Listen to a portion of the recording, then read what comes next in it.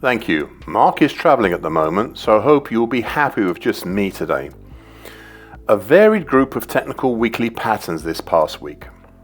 The first one I'd like to look at is the weekly key reversal up we had last week in the French CAC40 stock index futures. What was unusual was that this one was on its own, as no other major stock index or stock index futures exhibited such behavior last week. Nevertheless, this has had a suitable follow-on higher this week, and it's becoming interesting as the market has reached up to test the earlier May 2024 high at 82.59, as well as the March and April 2024 highs at 82.71, a pair of earlier all-time highs. And we are now not too far away from the all-time high made in March this year at 83.15. All very interesting. In the currencies, we only had the two, and they were fairly niche and obtuse, if also fragile. We had a weekly key reversal down in US dollar Colombian peso. What was unusual about this one was that it was an immediate countering weekly key reversal down after the previous week's weekly key reversal up. We have not had any follow-through move lower as yet, though we are still within last week's main body range. I think this is somewhat unsurprising as we've had 3 weekly key reversal patterns here since mid-September, and it's indicative of some larger indecision in this market. We also had a weekly key reversal up, if only just, in the US dollar Nigerian Naira 1-month NDF. This pattern had an extraordinary move up yesterday, a roughly 4.7% move higher in just one day. But the move up was unsustainable and we are now back down below last Friday's close, though I take comfort in the move up happening here in the first place.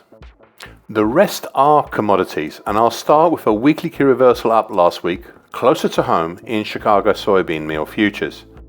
This had an excellent follow-on higher this week, up into some old congestion overhead dating from April to August 2020, between 282 to 300. And we've risen enough now to challenge the overhead long moving average, which is currently at 291.80.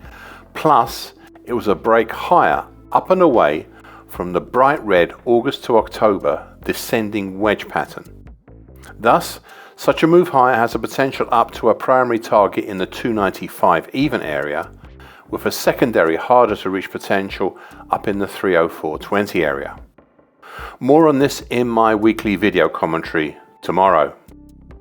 We next had a weekly key reversal down in Dalian Iron Ore Futures last week, which started to have a follow through lower on Monday and yesterday Tuesday, but this pattern had the unfortunate instance of occurring right above and on the combination of the gold long moving average, currently at 785.90, and also the mauve medium moving average, currently 783.60. And both of these two batted the market back up again today. Over now to Singapore for a weekly key reversal down last week in the SGX SICOM TSR20 rubber futures. This had an immediate reactionary move back up on Monday, though the action is still within last week's range right now, if only just. Finally, there was a weekly key reversal up last week in the EEX German power base month futures. This similarly had an immediate reactionary move lower this week, though it is still within last week's main body range, if only just. As always, I'm happy to answer any direct questions with anyone who's interested, and with that I'll finish this section from London, and I hope that you found these comments useful. Thank you for listening and watching this broadcast. This weekly broadcast gives the essential market patterns and consequences. Please be aware of the risk disclaimer posted both at the front and at the back of this broadcast. The copyright is Eddie Tofpik and ADM Investor Services International Limited. And here comes the final important bit.